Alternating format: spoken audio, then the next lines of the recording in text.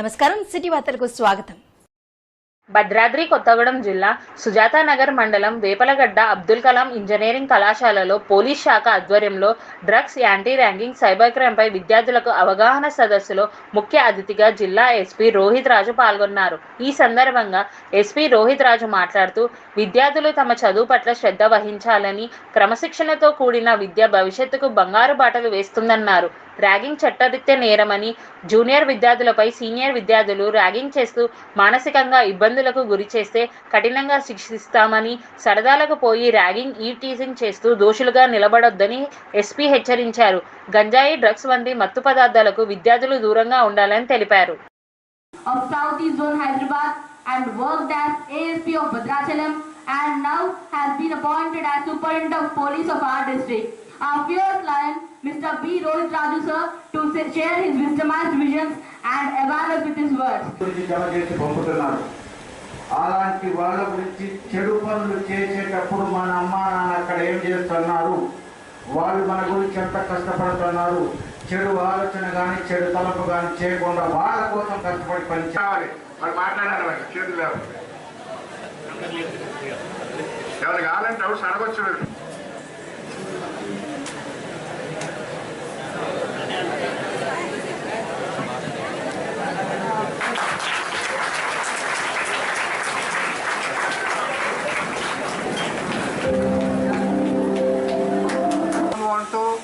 Spoil students' life.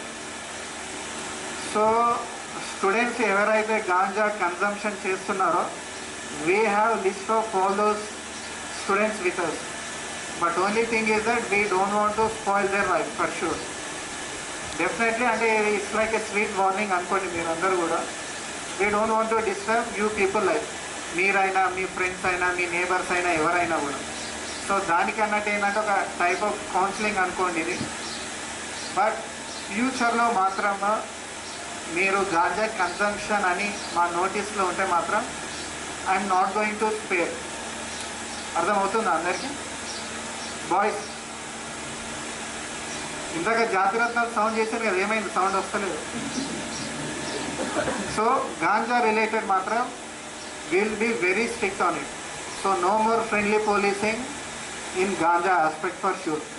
Student అయినా ఎవరైనా కూడా ఇప్పటివరకు ఏంటంటే స్టూడెంట్స్ పోనీ అని చూస్తుంటే it has become a like massacre టైప్లో అయిపోయింది. సో ఇప్పటి నుంచి కూడా ఎవరిని కూడా వదిలే ప్రసక్తి అయితే లేదు. స్టూడెంట్స్ అయినా కూడా మీ సో ఏదైతే పీరియడ్ ఉందో చాలా మంచి ఎంజాయ్ చేయండి.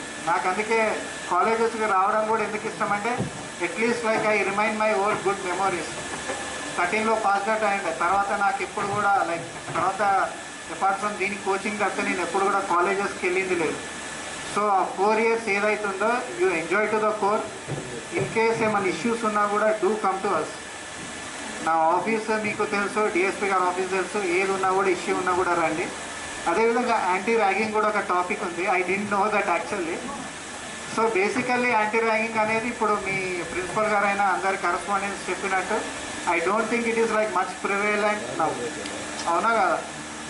సో మీకు గుర్తుందో లేదో, like I think you are like very small అనుకుంటప్పుడు in 2009 there was acid attack in Warangal, kids వరంగల్లో. అప్పుడు ఒక 2 లేడీస్ పైన 3 అబ్బాయిలు యాసిడ్ దాడి చేస్తుండే. తర్వాత like it was like a big sensational news at that time. So అప్పుడు నేను about to enter in to my college. So 2 ఏవైతున్నారో girls, they are from my college.